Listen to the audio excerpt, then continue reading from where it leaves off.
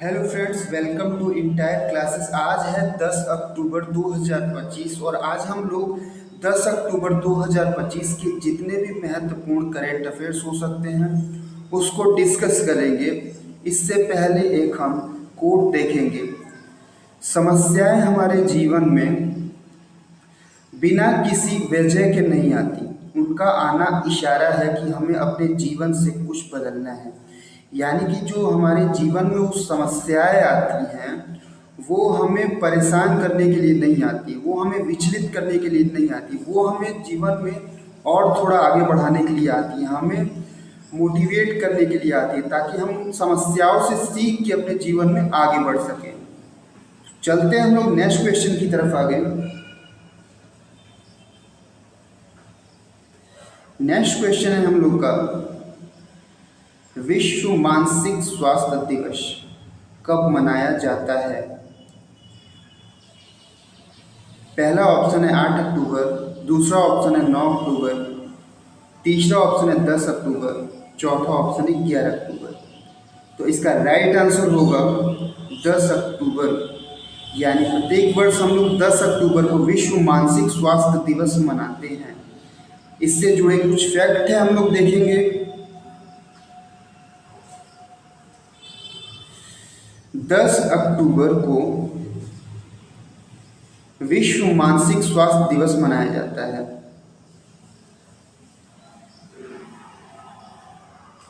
जिसका उद्देश्य मानसिक स्वास्थ्य से जुड़ी जागरूकता को बढ़ाना, मानसिक स्वास्थ्य समस्याओं से पीड़ित लोगों की सहायता करना और मानसिक स्वास्थ्य से जुड़े कलंक को कम करना है। इस दिन का उद्देश्य दुनिया भर में लोगों को मानसिक स्वास्थ्य के महत्व और इसके प्रबंधन के बारे में शिक्षित करना है।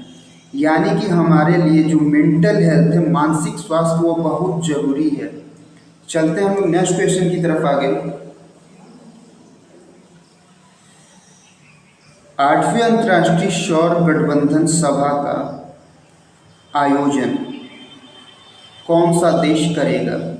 पहला ऑप्शन है संयुक्त अरब अमीरात यानी यूनाइटेड अरब एमिरेट्स, दूसरा ऑप्शन है भारत, तीसरा ऑप्शन है जापान, चौथा ऑप्शन है फ्रांस। तो इसका राइट आंसर होगा भारत। यानी कि 8वें अंतर्राष्ट्रीय सौर गठबंधन सभा का आयोजन भारत करेगा। अब इसके बारे में थोड़ा सा हम लोग जानेंगे। अंतर्राष्ट्रीय सौर गठबंधन यानी कि इंटरनेशनल सोलर अलायंस।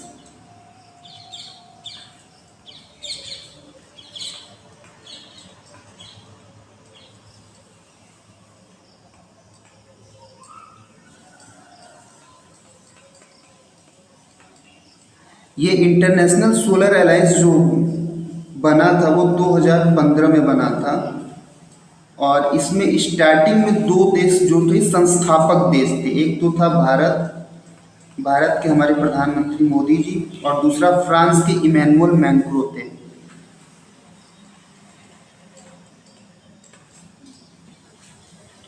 इसका हेडक्वार्टर जो है वो हमारे हरियाणा के गुरुग्राम में है।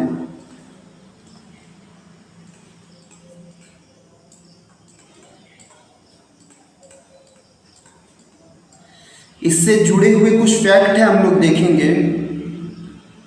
एक क्वेश्चन और इसमें आ सकता है कि इंटरनेशनल सोलर अलायंस जो है उसमें टोटल कितने देश हैं?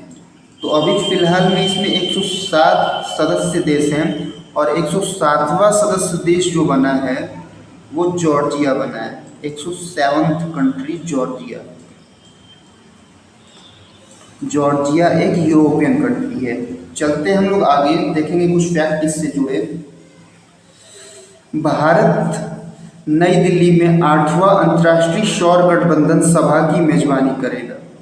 भारत 27 से 30 अक्टूबर यानी कि ये 27 से 30 अक्टूबर 2025 तक नई दिल्ली के भारत मंडपम में इंटरनेशनल सोलर अलायंस सभा के 8वें सत्र की मेजबानी करेगा। आईएसए एक अंतर सरकारी संधि आधारित संगठन है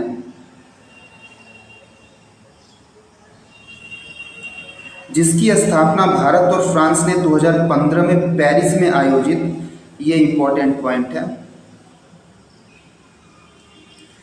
पेरिस में जो COP21 हुआ था, कॉन्फ्रेंस ऑफ पार्टी, वहाँ पे इसकी स्थापना करने की बात की गई थी। ISA का मुख्यालय गुरुग्राम हरियाणा भारत में स्थित है। चलते हैं हम लोग नेक्स्ट क्वेश्चन की तरफ आगे। नेक्स्ट क्वेश्चन है हम लोग का, हाल ही में विश्व के किस शहर ने दिवाली को राजकीय अवकाश घोषित किया है? पहला ऑप्शन है कैलिफोर्निया, दूसरा ऑप्शन है शिकागो, तीसरा ऑप्शन है ग्लासगो, चौथा ऑप्शन है मलक्का। तो इसका राइट आंसर क्या होगा? तो इसका राइट आंसर होगा कैलिफोर्निया। यानी अभी हाल ही में कैलिफोर्निया जो है उसने दिवाली को राजकीय अवकाश घोषित किया है। तो ये कैलिफोर्निया कहाँ पे है? तो ये है USA में, यूनाइटेड स्टेट्स अमेरिका में है। ये एक राज्य है USA का। शिकागो भी ये भी कहाँ पे है? USA में है। ग्लासगो स्कॉटलैंड में है।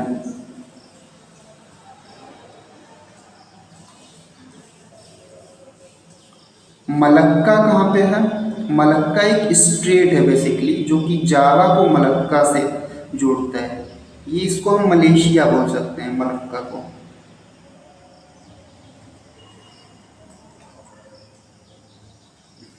ठीक है, इससे जुड़े हुए कुछ फैक्ट है हम लोग देखेंगे।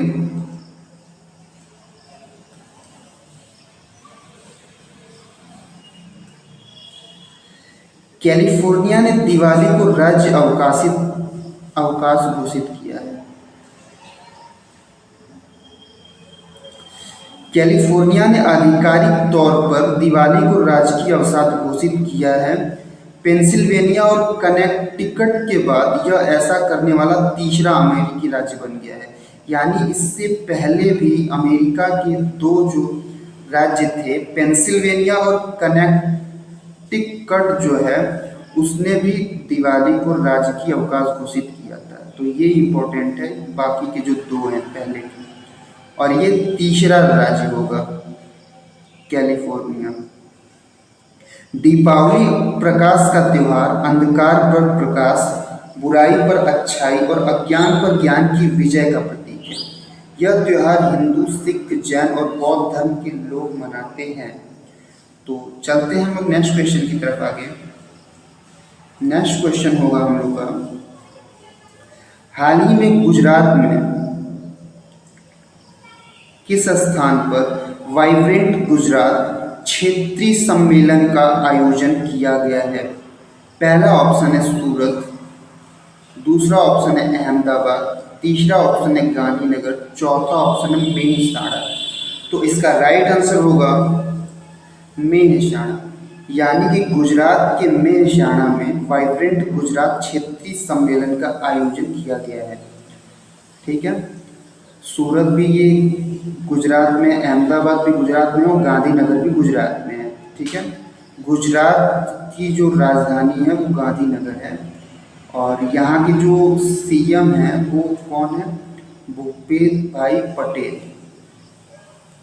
इससे जुड़े कुछ फैक्ट हैं हम लोग देखेंगे। मेहसाणा में वाइब्रेंट गुजरात क्षेत्रीय सम्मेलन का शुभारंभ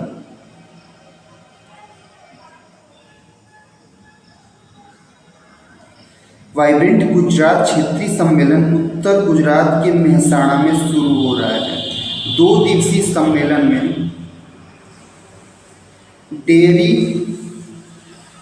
खाद्य प्रसंस्करण, फूड प्रोसेसिंग, कृषि यानी एग्रीकल्चर, ऑटोमोबाइल, कल ऊर्जा, इंजीनियरिंग, नवीकरणीय ऊर्जा यानी रिन्यूएबल एनर्जी और पर्यटन जैसे क्षेत्रों पर ध्यान केंद्रित किया जाएगा। 200 से अधिक अंतर्राष्ट्रीय प्रतिनिधियों सहित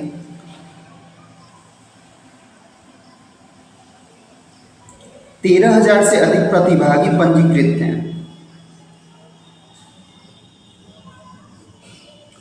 जिनमें जापान, दक्षिण कोरिया, वियतनाम और नीदरलैंड भागीदार हैं, भागीदार देश हैं। यानी कि पार्टनर कंट्री कौन कौन से हैं, ये इंपॉर्टेंट है। भागीदार देश तो ये है जापान, दक्षिण कोरिया, वियतनाम और नीदरलैंड, ये हमारे पार्टनर कंट्री हैं वाइब्रेंट गुजरात शिखर सम्मेलन में। चलते हैं हम लोग नेक्स्ट क्वेश्चन की तरफ आगे। नेक्स्ट क्वेश्चन होगा हम लोग का, हाल ही में किसने सरदार @150 एकता मार्च का शुभारंभ किया है? पहला ऑप्शन है गुलाब चंद कटारिया, दूसरा ऑप्शन है डॉक्टर मनसुख मंडाविया, तीसरा ऑप्शन है वीपी सिंह बदनौर, चौथा ऑप्शन है नरेंद्र मोदी। तो इसका राइट आंसर होगा डॉक्टर मनसुख मंडाविया ने अभी हाल ही में चंडीगढ़ में सरदार @150 एकता मार्च का शुभारंभ किया है। इससे जुड़े कुछ फैक्ट है हम लोग देखेंगे। युवाओं में एकता, देशभक्ति और नागरिक जिम्मेदारी की प्रेरणा देने के लिए माई भारत के नेतृत्व में 2 महीने का राष्ट्रव्यापी अभियान चलाया जाएगा। 2 महीने तक चलने वाली इस पहल का उद्देश्य युवाओं में एकता, देशभक्ति और नागरिक जिम्मेदारी की भावना जगाना, भारत को एकजुट करने की सरदार पटेल की विरासत का सम्मान करना और उन्हें एक भारत, आत्मनिर्भर भारत के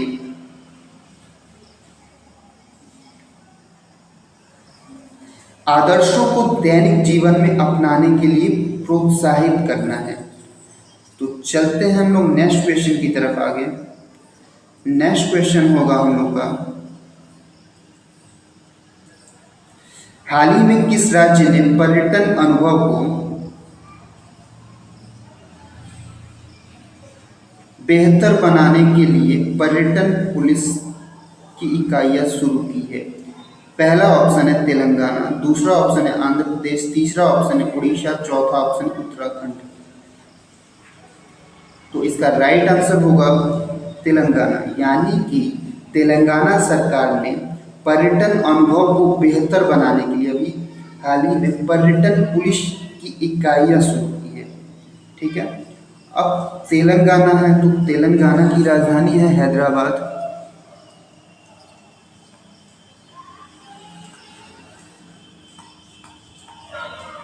ठीक है, इसके सीएम कौन है तेलंगाना के? तो रेवंत रेड्डी हैं।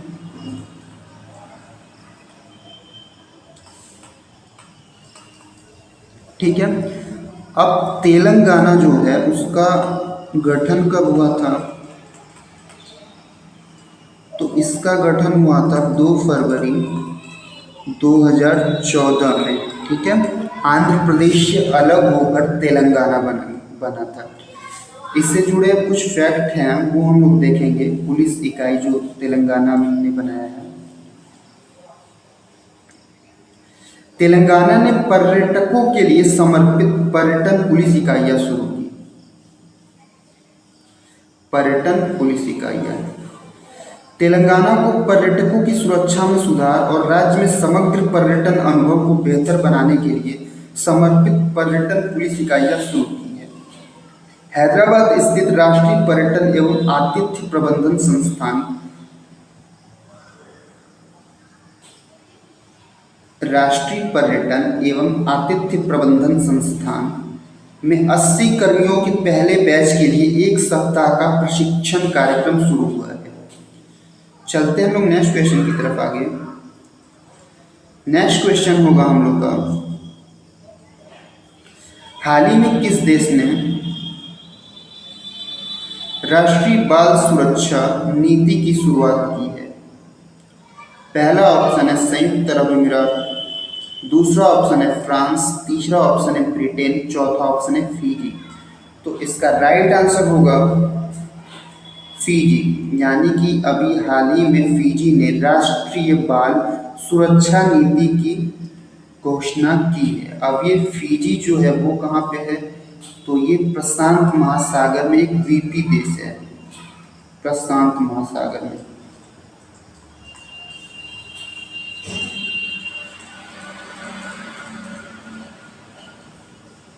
ठीक है, इसकी राजधानी की अगर बात की जाए तो इसकी राजधानी है शुवा।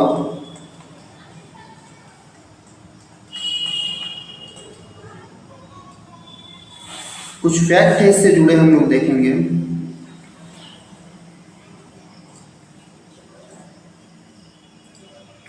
फिजी ने पहली राष्ट्रीय बाल सुरक्षा नीति शुरू की। फिजी ने अपनी पहली राष्ट्रीय बाल सुरक्षा नीति शुरू की है, जो समाज के सभी क्षेत्रों में बाल सुरक्षा के लिए एक नया राष्ट्रीय मानक स्थापित करती है। यह नीति सुनिश्चित करती है कि बच्चों से जुड़ी सभी सेवाएं सुरक्षित, सम्मानजनक और बाल अनुकूल तरीके से प्रदान की जाए। इस नीति का उद्देश्य प्रशांत क्षेत्र में बढ़ती क्षेत्रीय चिंताओं के बीच बच्चों को होने वाले नुकसान को रोकना और उनकी सुरक्षा करना है। चलते हम लोग नेक्स्ट क्वेश्चन की तरफ आगे। नेक्स्ट क्वेश्चन है हम लोग का, हाल ही में विश्व का पहला लाइव अंडर वाटर इंटरव्यू कहाँ आयोजित हुआ है? पहला ऑप्शन है पलाऊ, दूसरा ऑप्शन है टोक्यो, तीसरा ऑप्शन है वॉशिंगटन डीसी, चौथा ऑप्शन है दुबई। तो इसका राइट आंसर क्या होगा? तो इसका राइट आंसर होगा पलाऊ। यानी कि अभी हाल ही में पलाऊ में विश्व का पहला लाइव अंडर वाटर इंटरव्यू आयोजित किया गया है। इससे जुड़े कुछ तथ्य हैं हम लोग देखेंगे।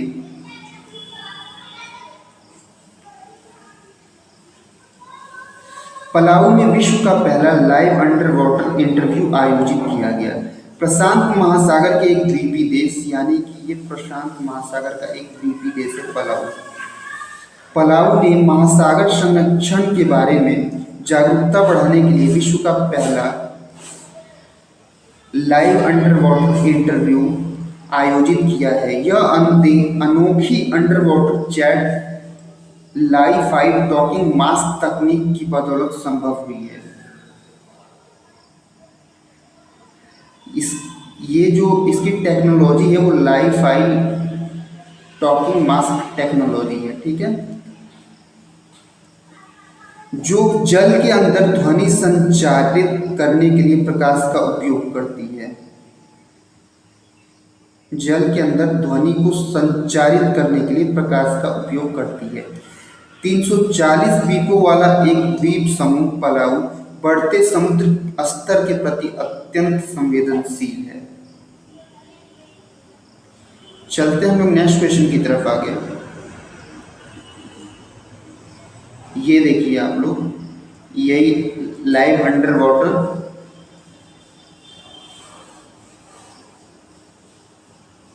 इंटरव्यू यहाँ पे आयोजित किया जा रहा है पलाऊ में। ठीक है, इसका सीन है ये। चलते हैं हम लोग नेक्स्ट क्वेश्चन की तरफ आगे। नेक्स्ट क्वेश्चन होगा हम लोग का, हाल ही में साहित्य के नोबेल पुरस्कार 2025 से किसे सम्मानित किया गया है? पहला ऑप्शन है हांगकांग, दूसरा ऑप्शन है जान फासे, तीसरा ऑप्शन है लाजस्लो क्रास्नहोरकाई, चौथा ऑप्शन है जान क्लार्क। तो इसका राइट आंसर क्या होगा? इसका राइट आंसर होगा लाजस्लो क्रास्नहोरकाई।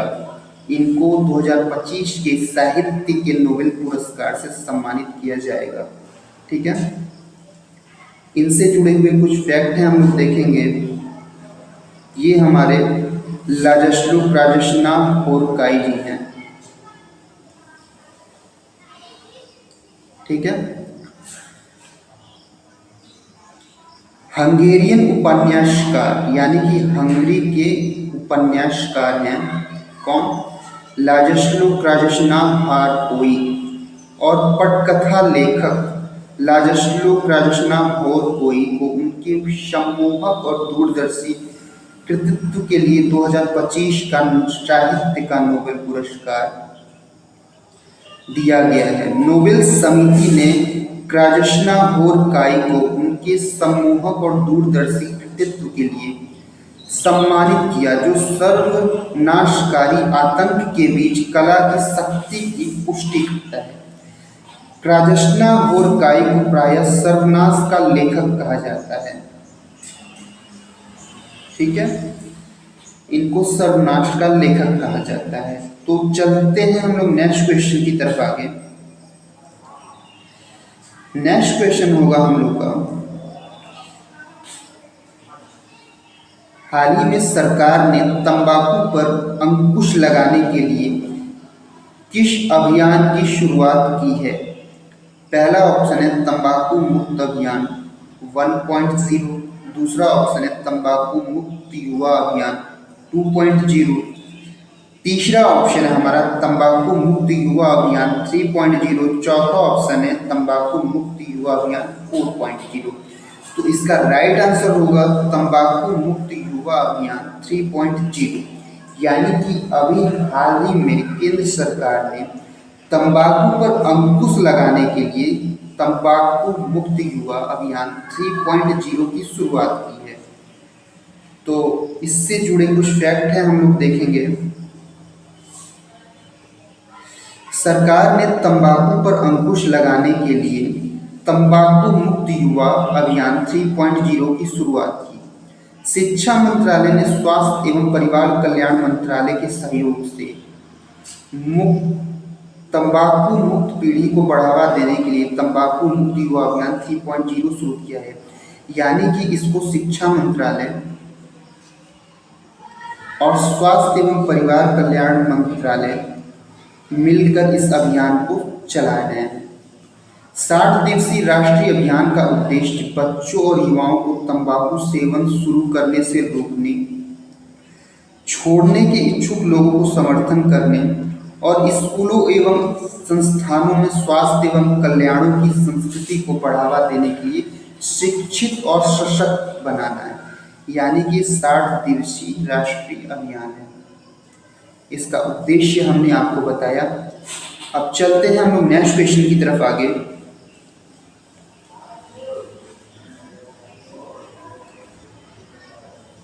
तो आज के लिए इतना ही। इसकी पीडीएफ हमारे टेलीग्राम चैनल पर आप लोग को मिल जाएगी, आप लोग वहां से जाके इसको डाउनलोड कर सकते हैं। इसका लिंक भी हमारे डिस्क्रिप्शन बॉक्स में उपलब्ध है। तो आज के लिए इतना ही। Thank you so much.